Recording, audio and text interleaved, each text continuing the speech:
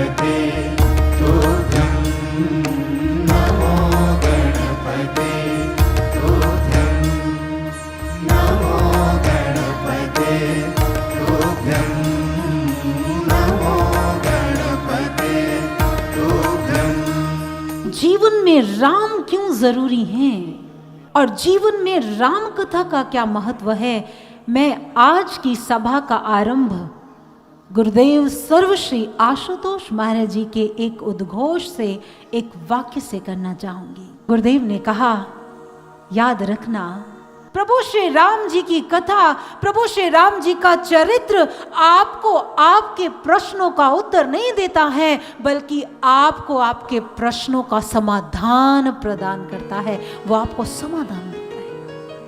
ये मेरे प्रभु हैं, उनका व्यक्तित्व है। इसलिए गोस्वामी तुलसीदास एक बात कहा करते हैं, वो कहते हैं यदि जीवन को सही दिशा प्रदान करनी है, यदि जीवन को बदलना है, यदि जीवन में संयम और मर्यादा को लेकर आना है, तो एक ही शर्त है, प्रभु श्री राम जी को जीवन में उतार लें। राम ही बेड़ा पार लगाए, राम ही बेड़ा पार लगाए, राम ही बेड़ा पार लगावे, राम भजो आराम तजो, राम भजो आराम तजो, राम भजो आराम तजो।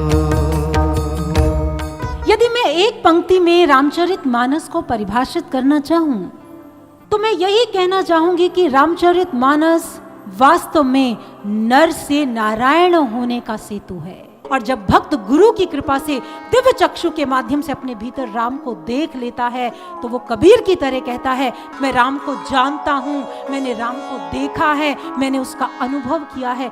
सज्जनों, ये कथा आपको मानने से जानने की यात्रा करवाने के लिए उपस्थित हुई, दिखाने के लिए उपस्थित हुई। राम को अपने मन में बसा ले, जीवन अपना सफल बना ले, छोड़ जगत के काम रे।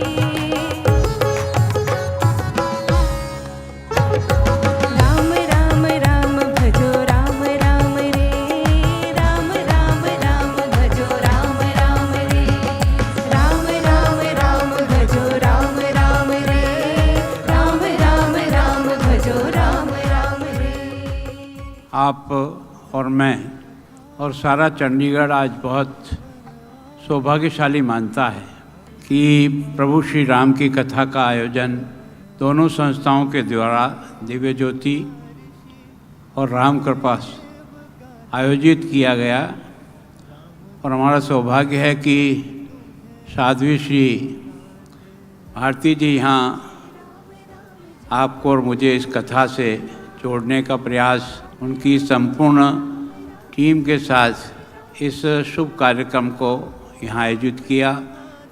मैं पंजाब के राज्यपाल के नाते साध्वी श्री और उनके सभी संतों और साधियों को अपनी ओर से बहुत बहुत प्रणाम करता हूँ कि आपने हम सब चंडीगढ़ वासियों को ये शुभ अवसर दिया। दिव्य ज्योति और राम कृपा संस्थान के सभी बंधुओं को भी अपनी ओर से बहुत एक तरह से उनका आभार व्यक्त करता हूँ कि उनके सहयोग के कारण से आज आप और हम सब इस ऐसे कार्यक्रम से जुड़ रहे हैं जो हमारे अंतःकरण में प्रारंभ से लेकर आज तक विराजमान है। जिसके मन में राम है उसके द्वारा कोई गलत काम हो ही नहीं सकता, ये हमारा दृढ़ विश्वास है। निश्चित रूप से मैं सोचता हूँ एक सामान्य बालक प्रभु का स्वरूप लेता है तो जीवन के विभिन्न रास्तों को पार करते हुए उस आदर्श को कायम करता है जो मनुष्य जीवन के लिए आवश्यक होता है। और उसके कारण से उस पर उन्होंने जीते हुए अपने आप को जिस ढंग से उठाया, कि मर्यादा पुरुषोत्तम राम बन गया। इसका मर्यादा पुरुषोत्तम जो राम बनता है वो अपने स्वयं के जीवन को श्रेष्ठ करने से ही बन पाता है। तो मैं सोचता हूँ कि इस कथा में आप और मैं सौभाग्य मिला है कि यहाँ श्रवण कर रहे हैं। बाकी सारे लोगों ने क्या प्रयत्न किया मैं नहीं जानता, पर राम की ये कथा ने प्रारंभ से लेकर आज तक हमको जोड़ा है। और भारत, अगर आज भारत है तो वो कोई न कोई राम का ही स्वरूप हम में से किसी न किसी के मन में विराजमान है, जो हर संघर्ष में से मुकाबला करके भारत की इस महान संस्कृति को बचाकर आप तक और मुझ तक पहुंचा देता है। तो वास्तव में हम सब बहुत धन्य हैं कि ऐसा इस कथा सुनने का अवसर हमको भी मिला है। मैं संपूर्ण पंजाब की जनता की ओर से, चंडीगढ़ की ओर से साध्वी श्री जी को प्रणाम करता हूँ कि आपने ये अवसर देकर के हम सब भक्तजनों को आशीर्वाद देने का प्रयास किया। हम सब आपके बहुत कृतज्ञ हैं। मैं एक बार आप सब की ओर से, पंजाब की ओर से, चंडीगढ़ की ओर से और यहाँ की जनता की ओर से इस कार्यक्रम के आयोजन करने वालों को अपनी ओर से बहुत बधाई देता हूँ और साध्वी श्री जी का बहुत बहुत स्वागत और अभिनंदन करता हूँ। आपके चरणों में वंदन करते हुए मैं अपनी बात को यहीं विश्राम देता हूँ।